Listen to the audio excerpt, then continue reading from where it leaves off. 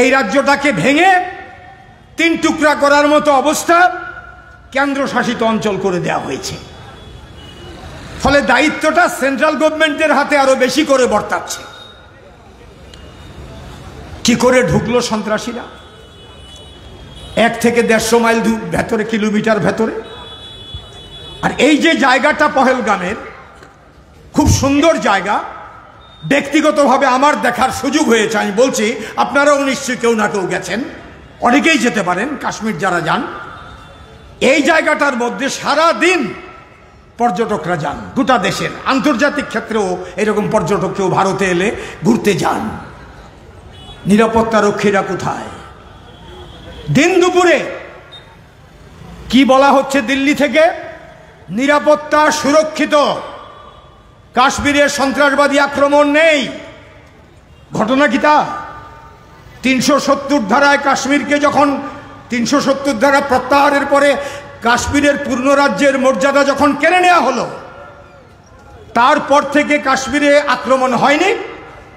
গদি মিডিয়া সামনে আনছে না, একের পর এক আক্রমণ হয়েছে। সেনাবাহিনী, নিরাপত্তা কর্মী নিহত হয়েছে। হ্যাঁ, পর্যটকদের উপর তেমন আক্রমণ হয়নি, এটা আগেও হতো না। যে আক্রমণ সন্ত্রাসীরা করে থাকে, এই আক্রমণ কমেনি খুব একটা, বরং কোথাও কোথাও বেড়েছে। কাশ্মীর থেকে 370 ধারা প্রত্যাহারের পরে অস্বীকার করা যাবে না। এই যে পেহেলগাঁওয়ে এই প্রশ্নগুলো, গোয়েন্দারা তারা রিপোর্ট দিয়েছেন, নিশ্চয়ই দেওয়ার কথা, না হলে চাকরি থাকার কথা না। নানা কথা আমরা শুনছি, কেন্দ্রের মন্ত্রীরা কেউ কেউ সফর বাতিল করেছেন আগে, আমরা শুনেছি। তাহলে উপযুক্ত ব্যবস্থা নেওয়া হয়নি কেন? এগুলো ঘটনা কিনা বলুন, আমি বিজেপির বন্ধুদের কাছে বলছি। সিকিউরিটি ল্যাপসেস ছিল কিনা, নিরাপত্তার ক্ষেত্রে ঘাটতি ছিল কিনা, তর্কের কোনো জায়গা নেই। ছিল। গভর্নমেন্ট অফ ইন্ডিয়া স্বীকার করেছে সর্বদলীয় মিটিংয়ে। সর্বদলীয় মিটিং ডাকলেন প্রধানমন্ত্রী, এমন একটা গুরুত্বপূর্ণ ইস্যু, 2টা মিটিং 2 দিন তিনি নাই মিটিংয়ে। ভাবা যায়? জাতীয় নিরাপত্তার জন্য সর্বদলীয় মিটিং, সমস্ত দলের সাধারণ সম্পাদক, সভাপতিরা উপস্থিত, ভারতবর্ষের সমস্ত রাজনীতির যারা মাথা অ্যাবসেন্ট, স্বয়ং প্রধানমন্ত্রী 2 দিন মিটিংয়ে নেই। তিনি কোথায়? তিনি বিহারে নির্বাচনী সভাতে বক্তৃতা করছেন। দিল্লিতে অল পার্টি মিটিংয়ে তিনি নেই, এমন একটা গুরুত্বপূর্ণ ইস্যুতে। কেন চলে গেলেন? এড়িয়ে যাচ্ছেন? প্রশ্ন উঠবে, না হলে থাকবেন না কেন? আর যদি চলে যান, তাহলে প্রধানমন্ত্রী কি দায়িত্বশীল? এই প্রশ্নগুলি উঠবে না?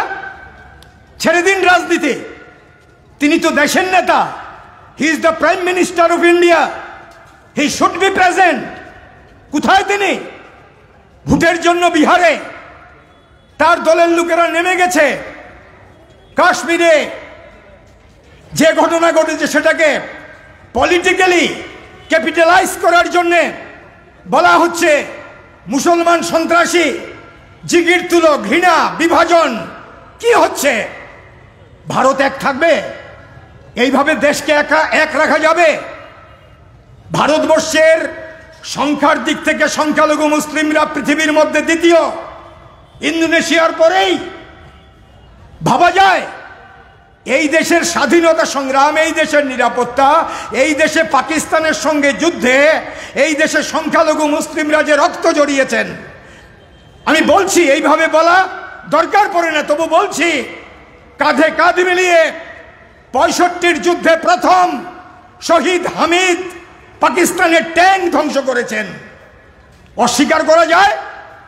এই ভারতবর্ষ দেশটাকে আজকে কোথায় নিয়ে এসছে গত 11 বছরে?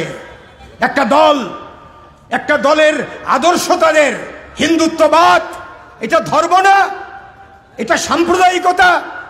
এই সাম্প্রদায়িকতা থেকে জন্ম নিচ্ছে নয়া ফেসিবাদ। উদ্বেগের বিষয়, তার দলের লোকেরা, প্রধানমন্ত্রীর দলের লোকেরা মিলিটারি অভিযান করা হবে বলছে পাকিস্তানে, আমাদের দেশের নিরাপত্তার জন্য সন্ত্রাসবাদীদের ঘাঁটিতে আক্রমণ করা হবে। আপত্তি করেনি কেউ তখন। আমরা বলেছি পাকিস্তানের সাধারণ মানুষের উপর যাতে আক্রমণ না হয়।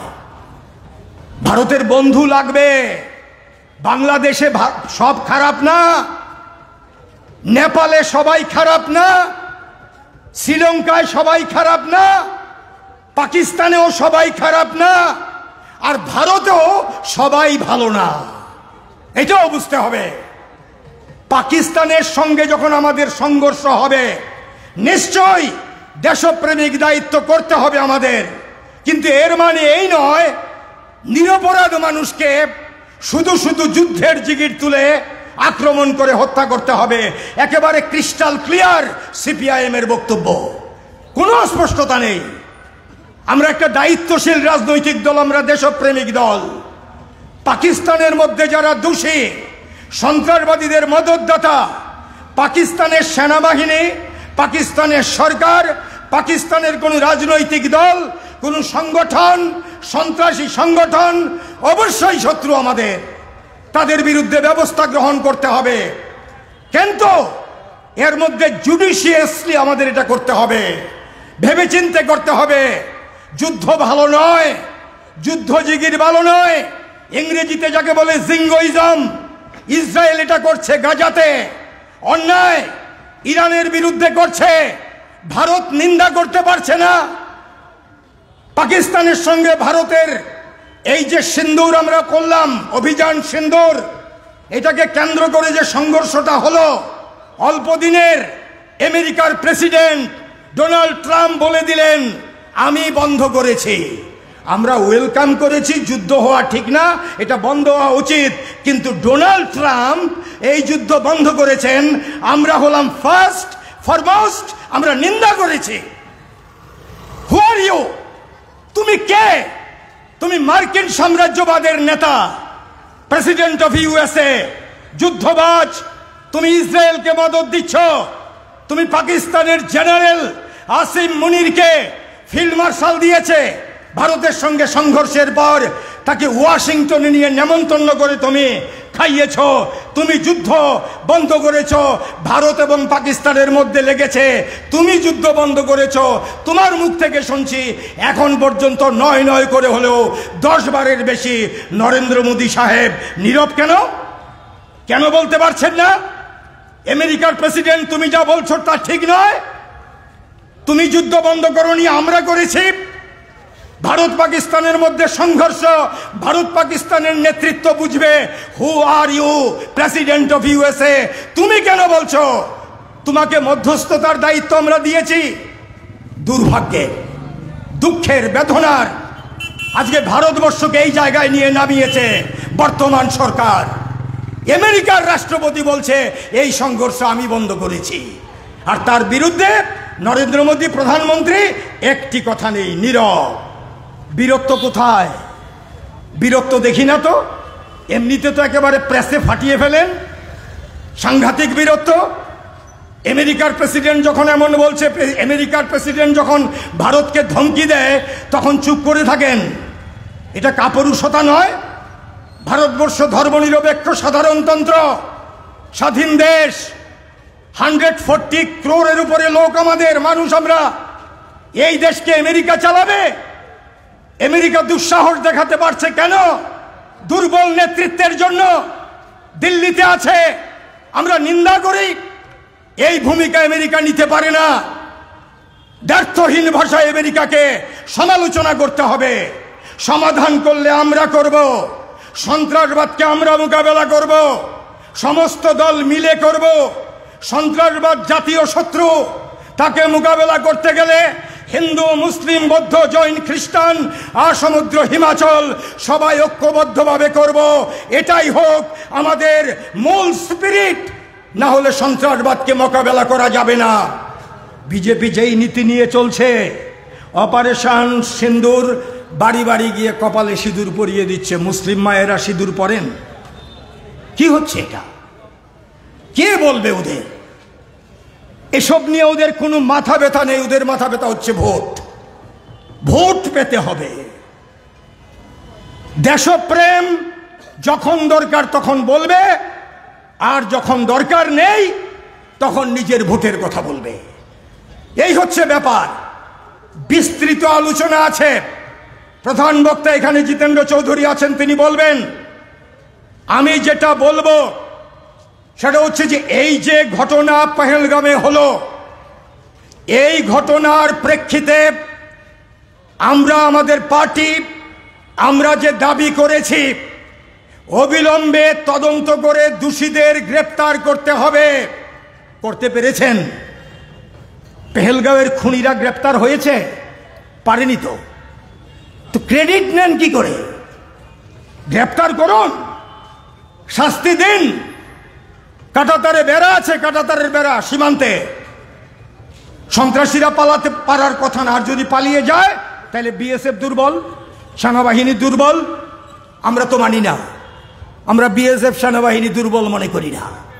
তাহলে সন্ত্রাসীরা কোথায় বের করুন। ভারতবর্ষের গোয়েন্দা দপ্তর, প্রধানমন্ত্রী, স্বরাষ্ট্রমন্ত্রী অমিত শাহ, এত কথা। রাজ্য সরকারকে ক্ষমতা দিন। রাজ্যের মুখ্যমন্ত্রীকে ঠুটু জগন্নাথ বানিয়ে রেখেছেন, সমস্ত ক্ষমতা দিল্লির হাতে। এটা নির্লজ্জতা নয়? একটা রিপাবলিক, কেন্দ্র রাজ্য সম্পর্ক কি হচ্ছে? কাশ্মীর আমাদের অঙ্গরাজ্য ছিল, অঙ্গরাজ্যের অধিকারটা কেড়ে নিয়ে এটা কেন্দ্রশাসিত অঞ্চল বানিয়ে দিয়েছেন। আমি আগে বলেছি, এতে কাশ্মীরের মানুষের দুঃখ হবে না? কি আমাদের কি মনে হতো ত্রিপুরাটাকে যদি কালকে বলে দেয় ত্রিপুরা কেন্দ্রশাসিত হয়ে গেল, ত্রিপুরার মানুষ খুশি হবে? বিজেপির বন্ধুরা খুশি হবেন? তো কাশ্মীর জম্মুটা আছে না, হিন্দু মুসলিম সবাই আছে তো, কাশ্মীর জম্মু লাদাখ হঠাৎ করে 370 তুলে দিল। কি ব্যাপার? স্পেশাল ক্যাটাগরি তুলে দিল। শেখ আবদুল্লাহ যখন ভারতের সঙ্গে জয়েন করেন, একটু একটু দেখতে হবে তো পড়াশোনা করে ইতিহাসটা। চিলে কান নিয়েছে, দৌড়ালে তো চলবে না। কাশ্মীর ভারতের সঙ্গে যোগ দিয়েছে তো, তারপরেও বিং মুসলিম মেজরিটি স্টেট, ভারত কাশ্মীরে মুসলমানরা সংখ্যাগরিষ্ঠ, তারপরেও তারা বলছে না ভারতের সঙ্গে থাকবো। এর কোনো দাম নেই। আজকে আমরা একটা মর্নিংয়ে একটা রাতে ঘুম থেকে উঠে বলে দিলাম কাশ্মীর আর স্বাধীন থাকবে, 370 ধারা থাকবে না। চুক্তি আছে, পার্লামেন্টে আলোচনা হয়েছে না। কাশ্মীর সম্পর্কে যে সিদ্ধান্তগুলো নিয়েছেন সংসদে ঠিকমতো আলোচনা করে নিয়েছেন, কাশ্মীর বিধানসভাতে আলোচনা করেছেন। এগুলো অন্যায় না, এগুলি অধিকার হরণ নয়, রাজ্যের স্বাধিকারে হস্তক্ষেপ নয়। প্রত্যেকটা অন্যায় কাজ করা হয়েছে, কিন্তু এইগুলো বলার পরে আমরা কিন্তু আমাদের 1 নম্বর কথা যেটা, সেটা বলে যাচ্ছি কে? সন্ত্রাসবাদকে দমন করতে হবে, সন্ত্রাসবাদীদের গ্রেপ্তার করতে হবে। পাকিস্তান থেকে সন্ত্রাসবাদীদের যারা মদদ দিচ্ছে তাদের সঙ্গে নো কম্প্রোমাইজ, তাদের বিরুদ্ধে সর্বশক্তি দিয়ে গোটা ভারত পার্লামেন্ট সহ ঝাঁপাতে হবে। কিন্তু যুদ্ধের জিগির সৃষ্টি করে নয়, পলিটিক্যালি, ডিপ্লোম্যাটিক্যালি, ইকোনমিক্যালি। এই 3টা কথা সিপিআইএম বলেছে, রাজনৈতিক, কূটনৈতিক, অর্থনৈতিক। এটা যদি কেউ না বুঝে, এটা যদি কেউ গভীরভাবে চিন্তা না করেন, অপরাধটা তো সিপিআইএম এর না। কূটনৈতিক বিষয়ে পাকিস্তানের সঙ্গে কি করা যায় গোটা দেশে পৃথিবীতে দেখতে হবে। অর্থনৈতিকভাবে কাশ্মীরটাকে কিভাবে জাতীয় জীবনস্রোতের সঙ্গে অঙ্গীভূত করা যায় দেখতে হবে। রাজনীতিগতভাবে গোটা দেশের সমস্ত দল, সমস্ত মানুষকে ঐক্যবদ্ধভাবে নিয়ে পার্লামেন্টকে সাক্ষী রেখে এগুতে হবে। নমস্কার করে পার্লামেন্টে ঢুকেছেন মোদি সাহেব। পার্লামেন্ট নাকি মন্দির, এখন পার্লামেন্টকে এড়িয়ে এড়িয়ে যাচ্ছেন। জিতেন্দা সবচেয়ে ভালো জানেন, বলতে পারবেন, আমি যাচ্ছি না এই আলোচনায়। কাজী চেহারা দেখছি দুঃখের, বেদনার। ভারতবর্ষের প্রধানমন্ত্রী, চিন্তা করা যায় না। এই জায়গাটায় আমরা সমালোচনা করছি। রাজনীতির জন্য রাজনীতি সিপিআইএম করে না। সিপিআইএম এর রাজনীতি হচ্ছে দেশ, সিপিআইএম এর রাজনীতি হচ্ছে দেশের জনগণ, সিপিআইএম এর রাজনীতি হচ্ছে ধর্মনিরপেক্ষতা, সিপিআইএম এর রাজনীতি হচ্ছে যুক্তরাষ্ট্রীয় কাঠামো, ভারতের আসমুদ্র হিমাচল ওয়াননেস। সেই ওয়াননেস কি? ইউনিটি ইন ডাইভার্সিটি, বৈচিত্র্যের মধ্যে ঐক্য। এই হচ্ছে আমাদের স্পিরিট। এই জিনিস বিজেপি নষ্ট করে দিচ্ছে, আরএসএস নষ্ট করে দিচ্ছে। এটাই হচ্ছে উদ্বেগের, দুঃখের। এই জন্য আমরা কি বলেছি? নয়া ফেসিবাদের বিরুদ্ধে লড়াই করুন। এই নয়া ফেসিবাদ হচ্ছে এই শক্তি। যদি সিপিআইএম একা চিৎকার করি হবে না, গোটা দেশকে দাঁড়াতে হবে। এই বিপদ রুখতে হবে। এটা পহেলগাঁও একটা শিক্ষা। তারপরে প্রতিদিন ঘটনা ঘটছে, ত্রিপুরায় তো হরদম ঘটছে, আজকেও ঘটেছে। রক্তাক্ত হচ্ছে ত্রিপুরার গণতান্ত্রিক মানুষ এই শক্তির হাতে। ভুল ভুল ভুল, মারাত্মক শক্তি। গণতন্ত্র বিনাশ, মানুষের ঐক্য বিনাশ, সম্প্রীতি বিনাশ করা হচ্ছে, ঘৃণা বিভাজন আমদানি করা হচ্ছে। এর বিরুদ্ধে আমাদের শুভচিন্তক যারা, গণতান্ত্রিক জনগণ যারা, এবং আসমুদ্র হিমাচলের যে সাধারণ জনগণ, সবাই একসঙ্গে যারা থাকতে চাই এই রবীন্দ্রনাথের ভারতবর্ষে, ইকবালের ভারতবর্ষে, আমরা এক সূত্রে গ্রথিত হয়ে আমাদের বৈচিত্র্যটাকে, যার যার বৈচিত্র্য থাকতেই পারে, কিন্তু জাতীয় সংহতি, দেশপ্রেম, এটাকে নিয়ে এই অশুভ শক্তিকে পরাস্ত করতে হবে। ভেতরে বাইরে সন্ত্রাসবাদীদের বিরুদ্ধে লড়তে হবে। সঠিক রাজনীতি চাই, সঠিক চেতনা চাই, সঠিক দেশপ্রেম চাই। এটাই হচ্ছে মূল আমাদের চেতনা। এই চেতনার জায়গা থেকে আমরা কথা বললাম। আপনাদের সবাইকে অভিনন্দন জানিয়ে আমি আমার কথা বলা এখানেই শেষ করলাম। ইনকলাব জিন্দাবাদ। এখন বলবেন সিপিআইএম পলিট ব্যুরোর অন্যতম সদস্য